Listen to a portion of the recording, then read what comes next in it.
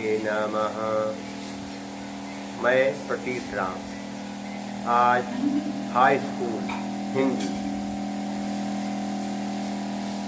में काव्य के संदर्भ में प्रथम पाठ सूरदास पढ़ाने जा रहा हूँ। मैं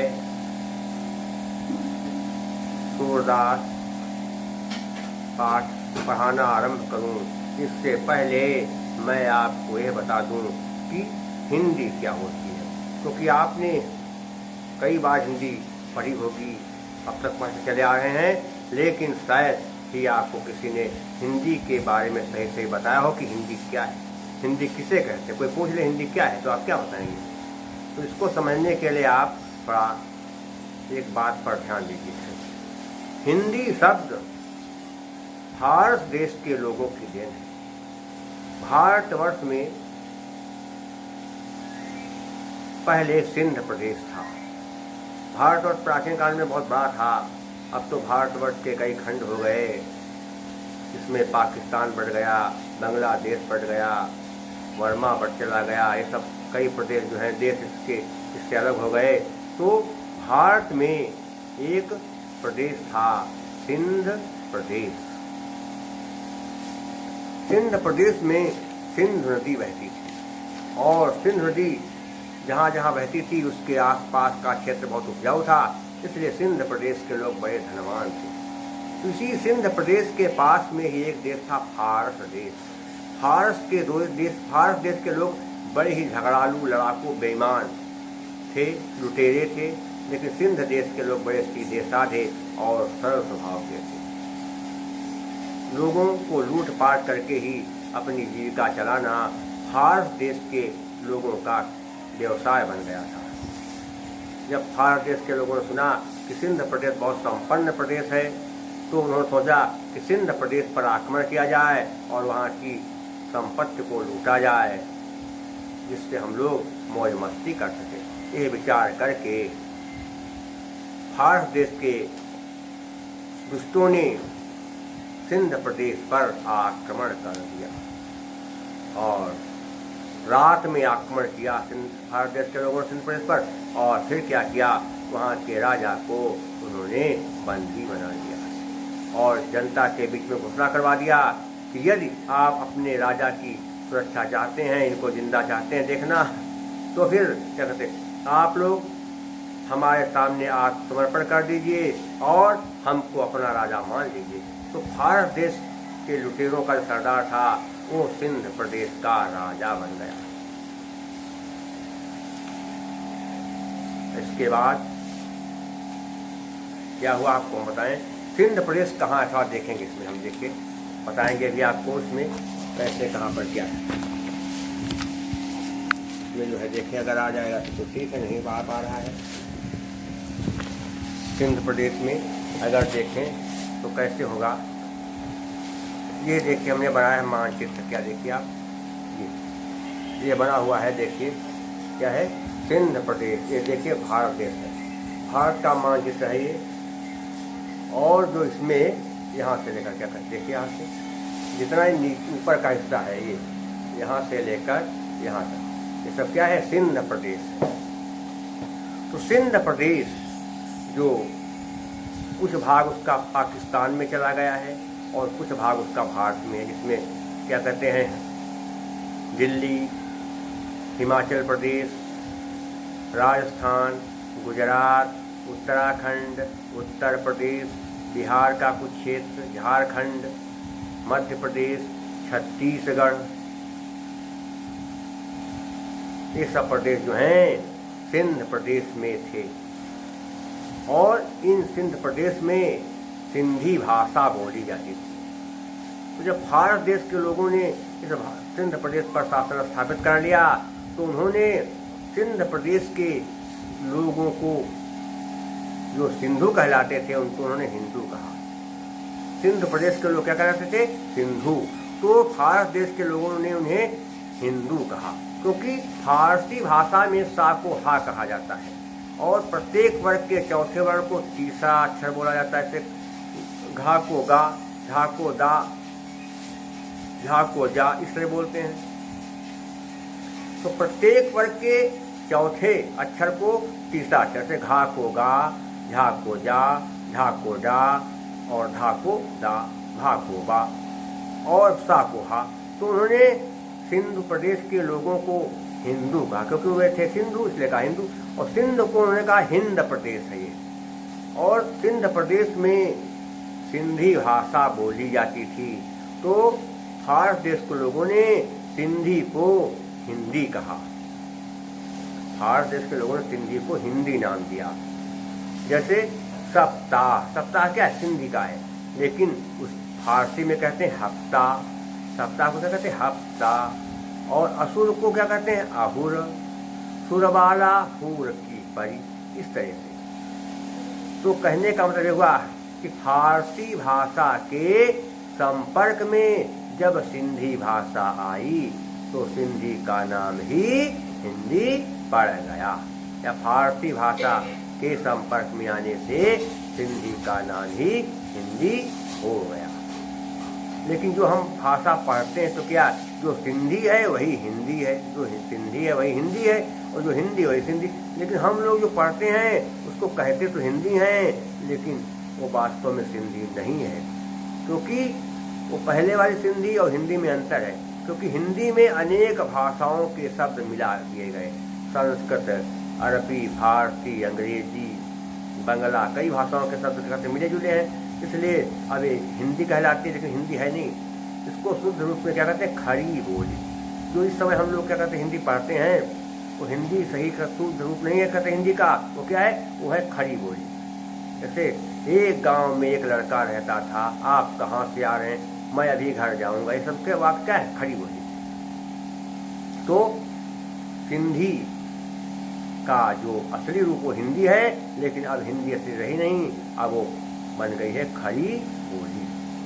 तो अब समझ गए होंगे आप क्या है कि हिंदी फारसी भाषा के संपर्क में फारसी भाषा के संपर्क में जब सिंधी भाषा आई तो सिंधी का नाम ही हिंदी पड़ गया। तो अब पहला क्या है? गद्य है, उसमें आचार्य रामचंद्र शुक्ल है, मित्रता पाठ लिखा है। और इसके बाद जो काव्य है उसमें सूरदास पहला पाठ है। तो आज मैं सूरदास से ही प्रारंभ कर रहा हूँ। तो सूरदास एक कवि थे। तो कवि क्या करता है? वो काव्य लिखता है। तो काव्य किसे कहते हैं पहले समझ लें। काव्य क्या है? वाक्यम रसात्मकम काव्यम, जिस वाक्य को पढ़ने से या सुनने से आनंद मिले, मन आनंदित हो जाए, उस वाक्य को काव्य कहते हैं, बशर्ते उसमें रस, अलंकार, छंद, गुण और रीति जरूर हो। ये हो गया। तो पहले कवि कौन है? महाकवि सूरदास। सूरदास भक्ति काल के कवि हैं। सूरदास का जन्म सगुण मार्गी शाखा से है।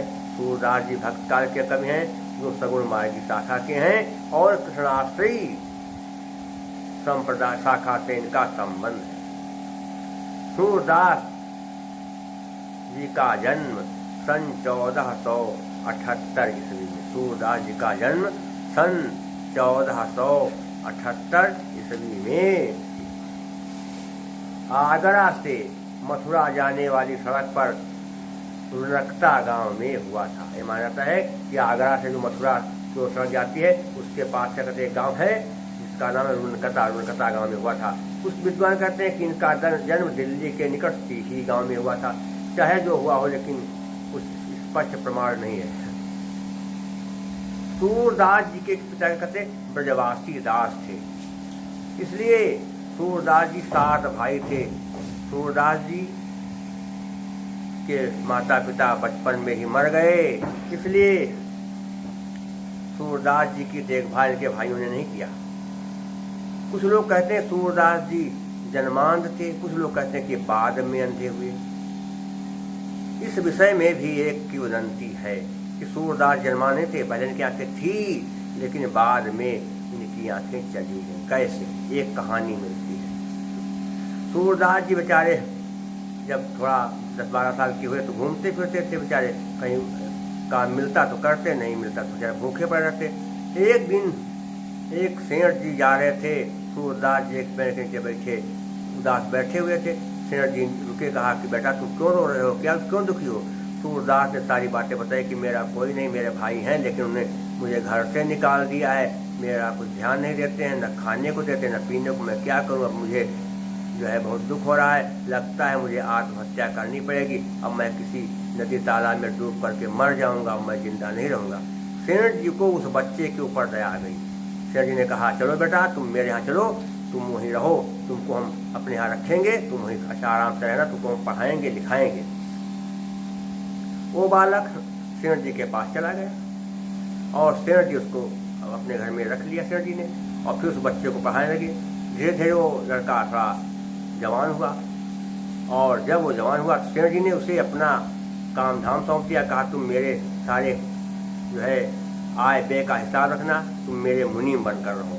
उसने कहा ठीक है, और वो लड़का जो है मुनीमी का कार्य देखने लगा। और जब वो लड़का नवयुवक हो गया, उस समय सेठ जी भी जवान थे और उनकी सेठानी भी बहुत जवान थी, सुंदर थी। एक दिन उस नवयुवक ने सेठानी की सौंदर्य से परिपूर्ण देखा तो उसके मन में आया कि अगर सेठानी जी कहीं मेरी पत्नी होती तो जीवन आनंद से भर जाता। यही भावना उसके मन में आ गई। ये सोचता रहा। इसके कुछ देर बाद उसने सोचा कि सेठ जी ने मुझे अपने बच्चे के समान पाला पोसा है, मुझे इतना प्यार दिया है, पढ़ाया लिखाया, खिलाया पिलाया, अब बताओ मैं इनकी पत्नी के प्रति ऐसी गलत भावना रख रहा हूँ। मैं बहुत दुष्ट हूँ। मैं सोचता हूँ कि सेठानी मेरी पत्नी होती, इनसे प्यार करने का अवसर मिलता, ये बहुत गलत है। वास्तव में मैंने बहुत बड़ा अपराध किया है। फिर उस नौजुवक ने क्या किया, एक क्या कहते कीले को ढूंढी, औजार ढूंढे और तुरंत औजार उठाया, हथियार कुछ भी मिला होगा लोहे का, और दोनों अपनी आंखें फोड़ दिया। और इसके बाद खून की धारा बहने लगी। फिर वो चिल्लाए, तब तक सेठ जी आए, कहा ये क्या किया तुमने, ये क्या किया तुमने, अपनी आंखें फोड़ लिया क्या, वो कैसे फूट गई। कहा कि मैंने फोड़ लिया। क्यों कैसे। तो सूरदास ने पूरी कहानी बता दिया। सेठ जी ने कहा इसमें क्या दिक्कत है, देखिए सुंदर वस्तुओं को देख करके तमाम लोगों के मन में तमाम प्रकार की भावनाएं जाग उठती हैं। अरे तुम्हारा कोई दोष नहीं, तुमको ऐसा नहीं करना चाहिए था। अरे मन में आ गया तो आ गया, तुम क्या दुख ऐसा अनर्थ कर बैठे। अरे चलो कोई बात नहीं, अब तुमको हम जो है जिंदगी भर अपने यहाँ रखेंगे।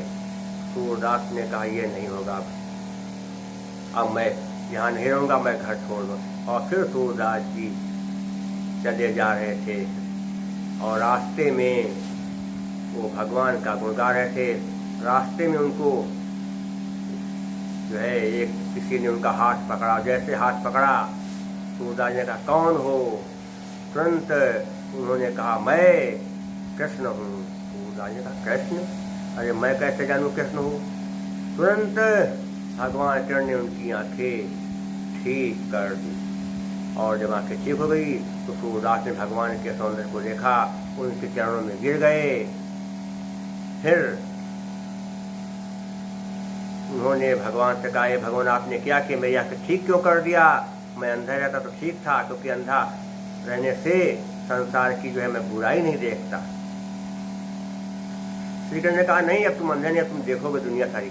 उन्होंने कहा कि भगवान मैंने आपको देख लिया है, अब मुझे पहले जैसा बना दीजिए, तभी मुझे संतोष होगा। अब मैं आपको देखने के बाद दुनिया को देखना नहीं चाहता हूँ। भगवान श्री कृष्ण सूरदास की बात मान ली और उनको फिर से अंधा बना दिया। ये है सूरदास जी के अंधे होने की घटना। सूरदास जी जा रहे थे और फिर क्या हुआ,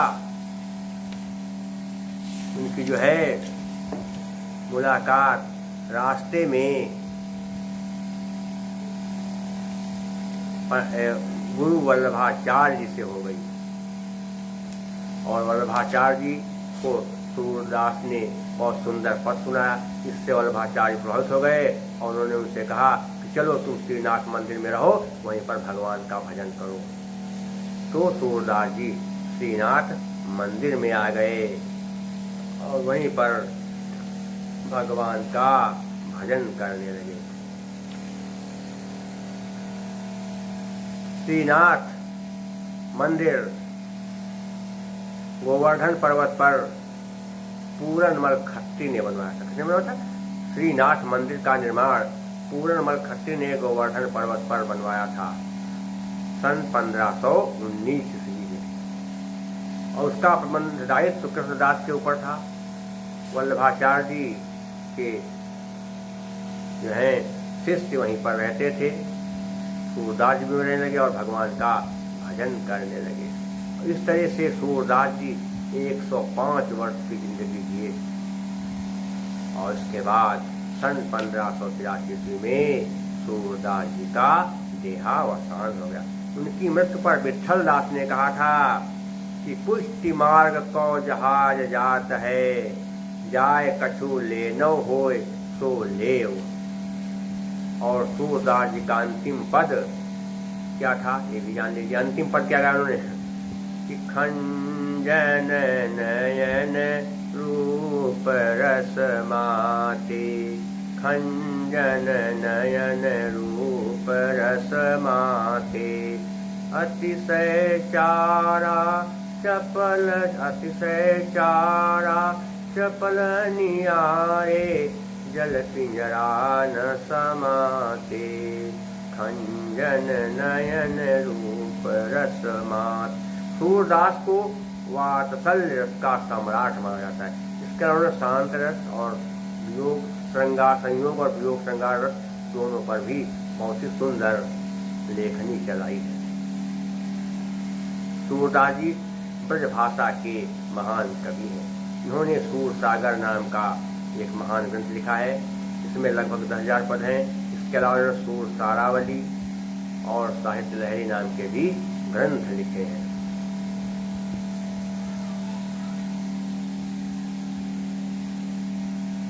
इस तरह से सूरदास जी की लेखनी बड़ी ही प्रभावपूर्ण है।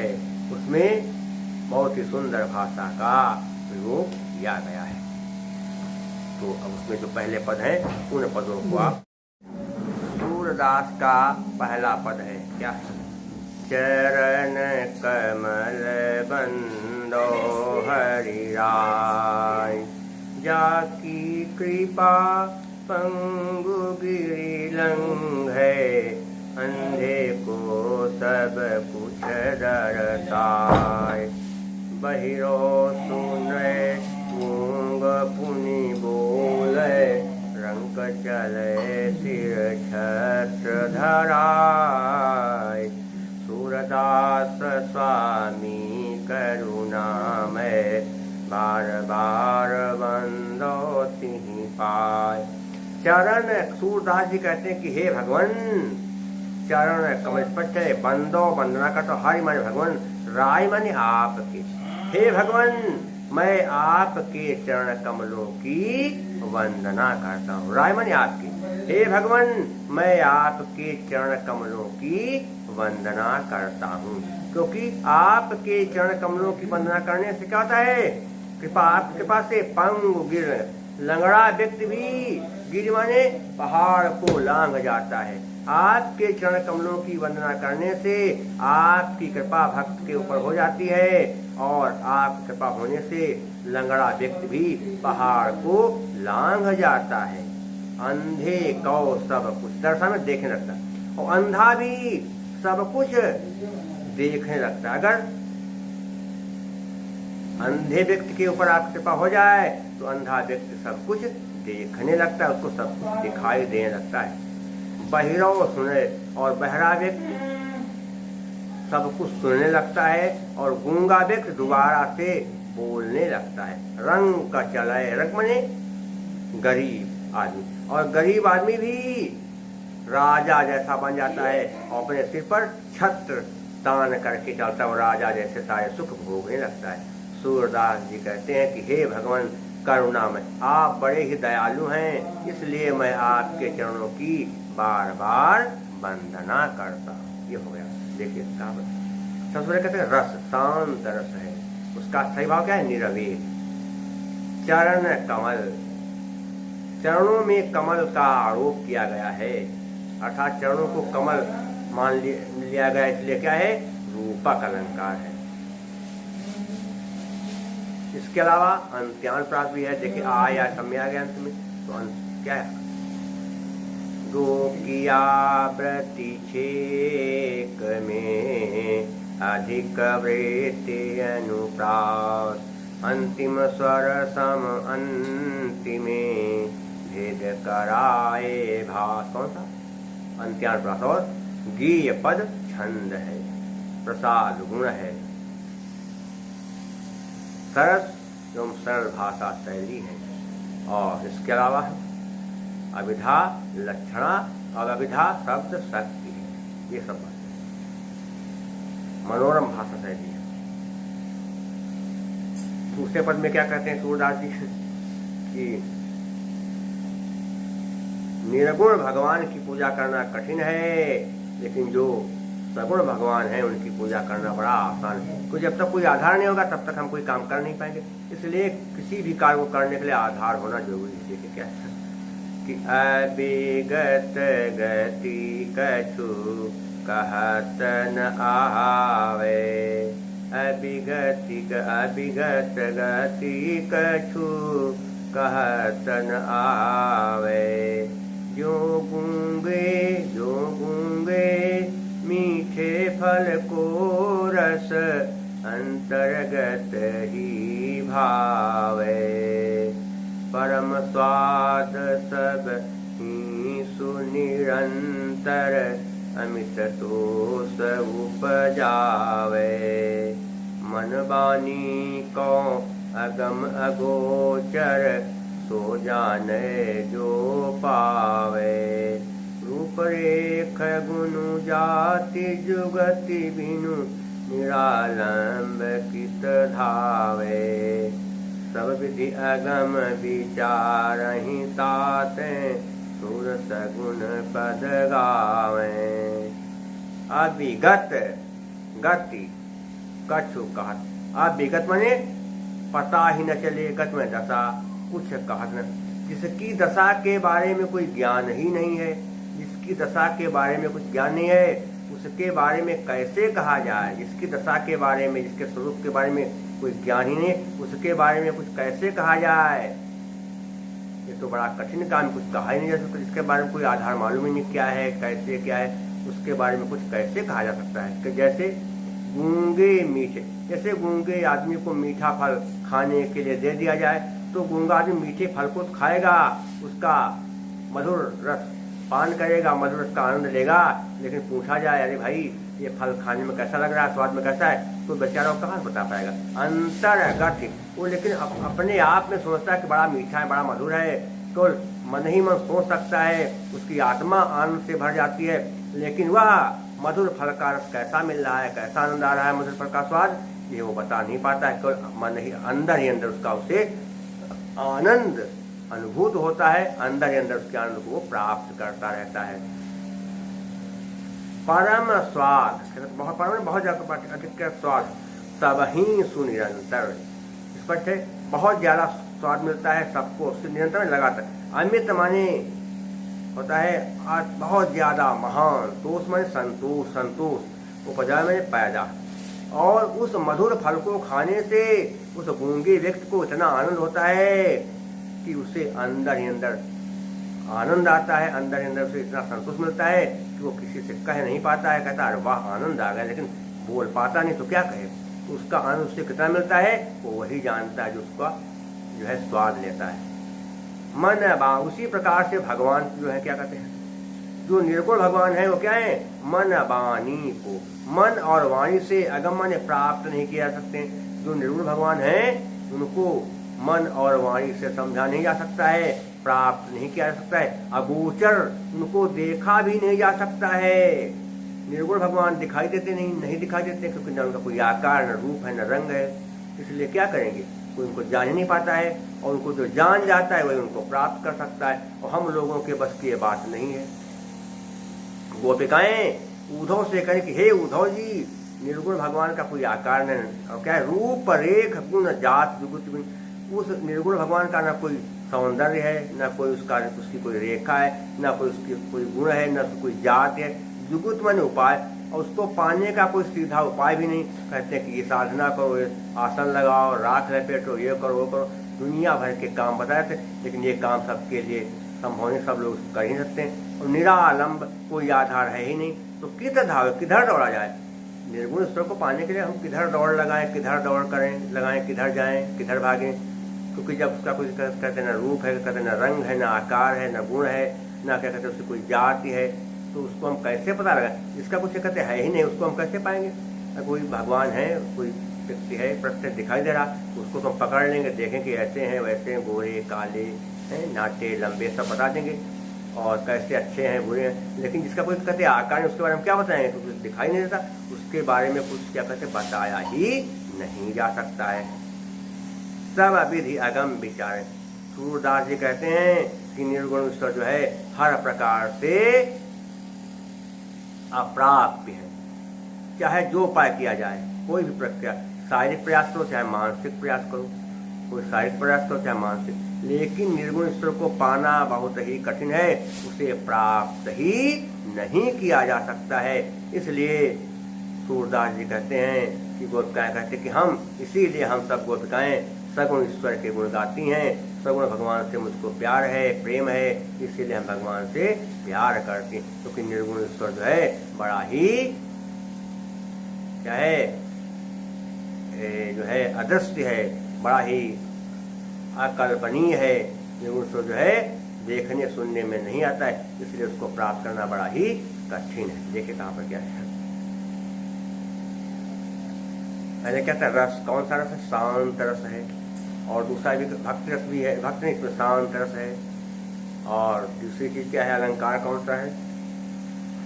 निर्गुण ईश्वर की विशेषताएं बताई गई कि कैसा है, रूप नहीं है उसका, ना कोई रेखा है, न कोई गुण है, न कोई जाति है, इसलिए क्या है, यहाँ पर किसी की विशेषताएं बताई जाती, वहां पर परिकर अलंकार होता है। कौन सा अलंकार? परिकर अलंकार है, अंत्यानुप्रास अलंकार है।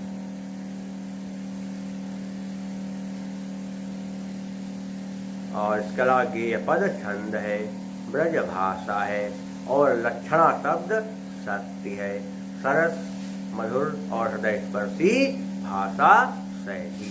ये हो गया। शेष मैं आपको अगले अंक में बताऊंगा। तब तक के लिए राधे राधे राधे राधे।